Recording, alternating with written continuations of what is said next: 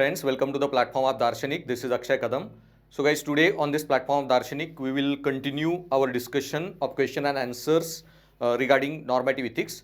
So we were in last class we discussed question and answer regarding deontological ethics, means end morality. So now we will discuss question of comparison between deontological ethics and utilitarian ethics. Okay, so there is this one question. This question was asked by UPSC. It's a PYQ, previous year question. And so this is how you have to, UPSC is very clearly asking some question which are totally theoretical, okay, concept based, focus based. Not all questions will be application oriented, that relevance of stoicism in administration, like that. Okay, yeah, means end ki theory ka, that if we don't treat human being as a means, as an end, but means, then what problematic results it will produce. So not all questions are like that. Many questions, okay, are of different like conceptual nature, totally theoretical. So this one question, it was PYQ. So see what question is and how to introduce and conclude that. So with regard to morality of actions, okay, with regard to morality of action, one view is that means are of paramount importance, while the other view is that end justify means. Which view do you think is more appropriate? Justify your answers. Okay, so with regard to morality of action, one view is that means is of paramount importance, and the other view is that end justify means. Which view do you think is more appropriate? Okay, justify your answers. Okay, and so this is the clear-cut, straight forward question, conceptual question. So one view that says means are of paramount importance, deontology. End justify means, then आपका utilitarianism. And there then they are asking ki justify your answer, that what do you think? So you have to write why deontology is important, that which thought says this. So first establish idea that which thought says ends justify means, which thought says deontology, that is mean justify ends, and then why they say so. Why utilitarian say end justify means, why deontology says means are of paramount importance. The दोनों के argument, these are the two thoughts, why they say so. You establish the core terms, उनके ideas you are given in answer. Then go on, okay, in your opinion with regard to morality, okay, so which view do you think is more appropriate? Which view do you think? So you give your thought that which view you like. So here guys, but don't give your thought. I always tell you, wherever possible, write thinkers के perspective से. Okay, so use thinker to solve this debate. Okay, so then how you can use thinker to solve this debate? So in your view, okay, I will say means are of paramount importance, and rather, okay, why I am saying that, why I think so, because there is another thinker, Gandhi, who said that neither means of paramount importance end, but both has to be taken into consideration. Means and are not separate, means are ends in the making, and so we need to focus on the means, because kind of means we engage in, kinds of end we create, and that's what I think. So in my opinion, means are of paramount importance. This is I say so. Okay, why I say so? Justification. Then यहाँ पे justify your answer. So why I am saying so? Means are of paramount importance because Gandhi said so. Gandhi given this idea that means are ends in the making. This is my justification. That's why I say so. And then when I say that justify means of paramount importance, also when they say justify, justification, illustration, okay, elucidate, illustrate, justify, so explain with suitable example. So there, then try to give example. So here I will give some example to justification. So here I will use that French Revolution, Russian Revolution, they used end as a communist state or democratic republic as an end goal, and any means to achieve that is justifiable. And then Russian Revolution, they murdered 3 crore people, I told you, for an end, and they treated human being as a means to achieve communist end and created, instead of democracy, more dictatorial regime. French Kingdom, French Revolution wanted to remove monarchy, replace with democracy and republic. The violence they used created a dictatorial mentality. The forces they unleashed, dictatorial forces, okay, automatically it became the dictatorial state. Same way Pakistan got created on violence, ended up in violence. While India fought the democracy through democratic means, and so when India got independence, we never had any kind of civil war or such a violence, and Indian democracy is surviving, okay, as a civilized democracy. Okay, we are growing and surviving. And so you have to write this answer from all the perspectives. Here you define utilitarian view, you define deontology view, you gave your viewpoint, why means you matter, you supported that with Gandhian answer, okay, and you give the example. So for 50 words maybe you write, okay, 150 to 100 word answer is very well you will be able to communicate. Now while doing that, guys, okay, also I told you, if you want good marks in answer writing, then you try to use lot of value loaded core terminologies. So wherever possible, while discussing Bentham, use value loaded terms. While discussing Kant, use value loaded terms. While discussing Gandhi, use value loaded terms. Throw these terms, underline them in your answer. You will get very good marks. Wherever possible, you can add even a chart. Okay, and so let's see how to frame the answer. So little descriptive, I have given the answer, and these things all we have discussed. So not something more difficult that we are discussing. So in normative ethics, there are two major branches of moral reasoning, which are consequentialist or teleological ethics and deontological ethics. So in normative ethics, there are these major branches. So whatever question you are writing, you are not debating this as a naive philosopher, naive thinker. You are whatever question says, you are telling the examiner in the beginning itself that that means of paramount importance or end justify means. There are two theories, well thought theories, okay, in normative branches, in normative ethics. So in normative ethics, there are two branches of moral reasoning, okay, which are consequentialist or teleological ethics and deontological ethics. So according to teleological ethics, morality lies in telos, that is end goal. So moral quality is function of consequences. Okay, so according to teleological ethics, morality lies in telos, that is end goal. Moral quality is function of consequences. Okay, so here try to throw such a technical terms. Moral quality is function of consequences. Teleological theory supports view that end justify means. यहाँ पे you can add subheading also, that end justify means ... Then later on add means or of paramount importance ... and then write that para. So para related to that subheading. So it will improve your structure of your answer. So according to teleological ethics, morality lies in the telos, that is end goal. So moral quality is function of consequences. This idea is advocated by teleological thinkers like Bentham and Mill. Okay. According to consequentialist school, morality has only one purpose, that is to increase pleasure or happiness as an end goal. Now, this idea was advocated by end justify means by teleological thinkers. Why they say so? That moral quality is function of consequences. Morality lies in end goal. तो उनका जो reasoning था वो explain करो. Why this one school of thought says this? Then why they say that? Because according to them, purpose of morality is to increase the welfare of the people. Only purpose of morality is to increase the pleasure as an end goal. So to increase the welfare, to increase the pleasure as an end goal, that's the major purpose of morality. Then we should be focusing on that. So idea advocated by teleological thinkers like Bentham and Mill, according to consequentialist school, morality has only one purpose, that is to increase pleasure or happiness as an end goal. And if any, then that's why end justify means, because purpose of morality is to increase pleasure. They believe that morality should contribute positively to human well-being and make this world better place. So why this school of thought says end justify means? Because unke liye, okay, purpose of morality is to create better world in the end. Purpose of morality is to increase pleasure in the end. Purpose of morality, okay, to contribute positively to human well-being. Okay, and any action that leads to achievement of justifiable and favorable end is considered moral, and justification of end is based on hedonistic principle, equity principles.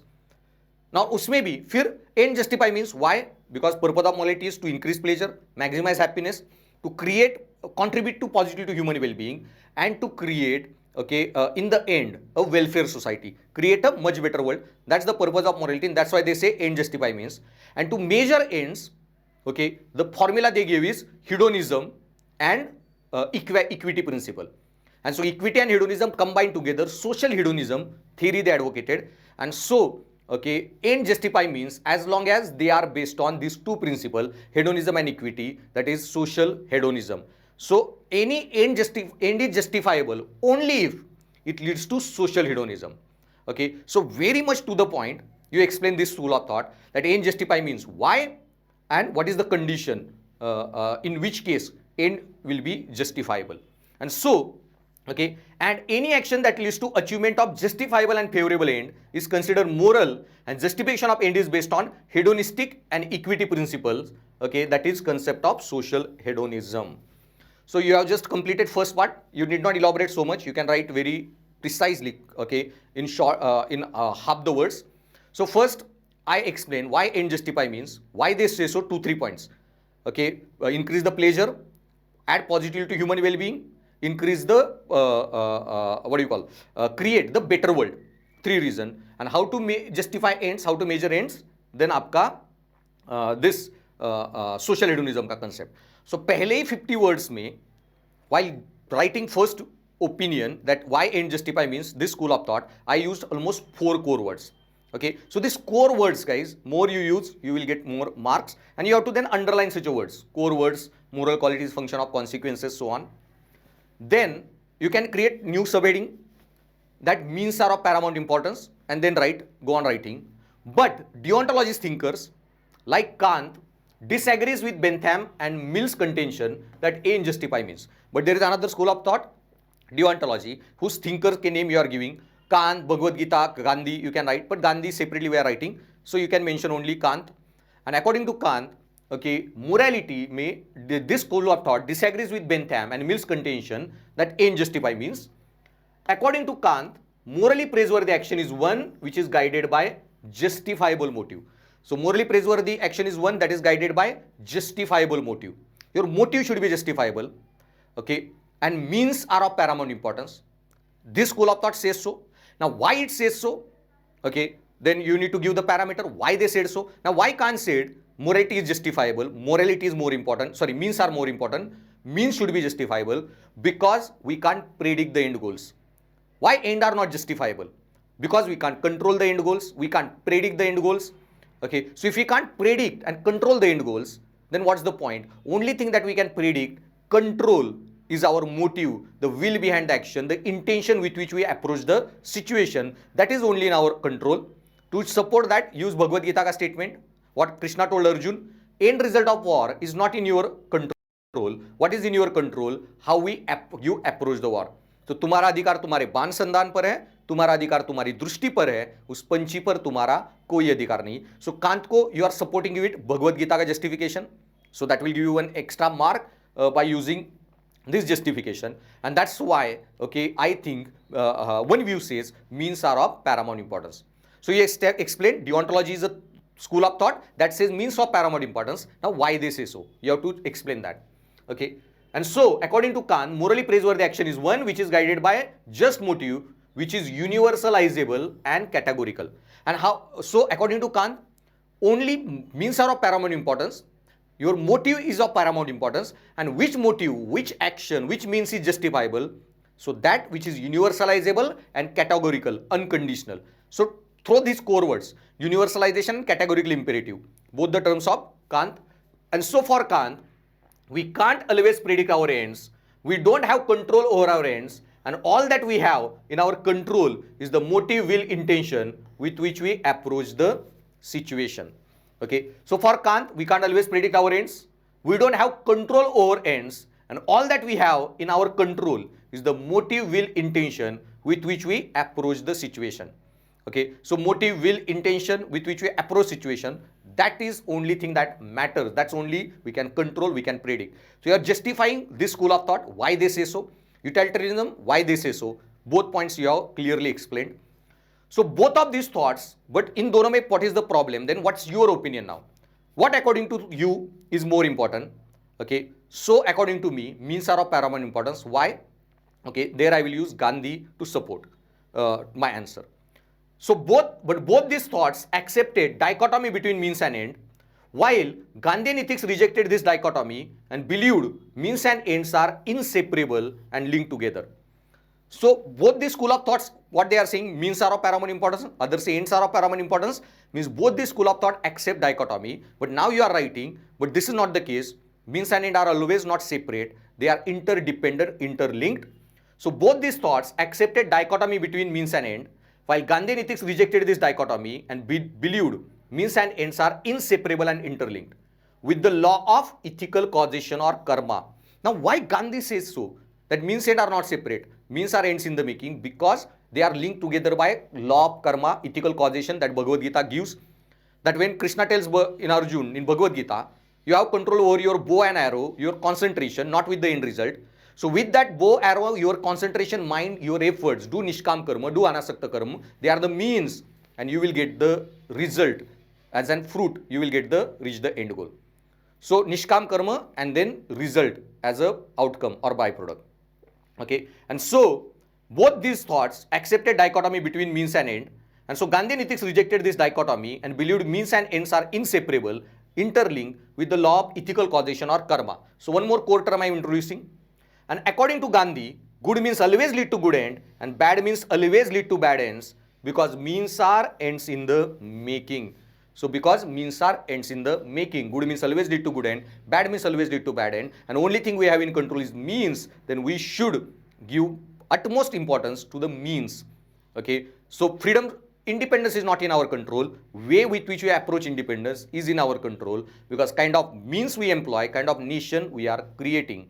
And why Gandhi said so? Why they are inseparable? Because means and are linked by ethical law of ethical causation, law of karma, and that's why means are ends in the making. So यहाँ पे भी I have introduced 4-5 terms. Okay, I used Kant का idea that we control over, we can only control our means, not the ends. Okay, we can only predict our means, not ends. And secondly, and how, why, when we say means are of paramount importance, which means, which motive should be most, are considered most important? Those which are universalizable and unconditional, categorical. Okay, so 3 terms I have introduced. Okay, in Kant के idea को to give support that school of thought, and then I used Gandhi, where I used the term ethical causation and means are ends in the making. They are not separate. Okay, there is no such a dichotomy. So 3 more points here, 6 points, and already 4 points on utilitarianism. 10 core argument pointers or core terms I have used in my answer. Okay, now so thus, then what is your opinion? Finally, then what's your thought? Then Gandhi के साथ I am concluding the answer that Gandhi का thought I think more appropriate to me, that means and end are interlinked with the law of karma, law of causation, and so means are of paramount importance. I will conclude with that, and I will also justify my answer.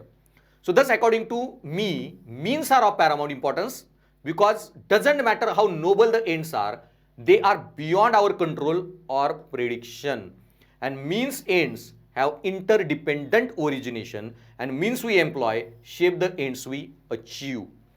So यहाँ पे in your opinion or what do you think पूछा है, तो you write now. Till now we wrote theoretically, conceptually, whatever thinker's opinion. Now you are giving your opinion and supporting also with your analysis.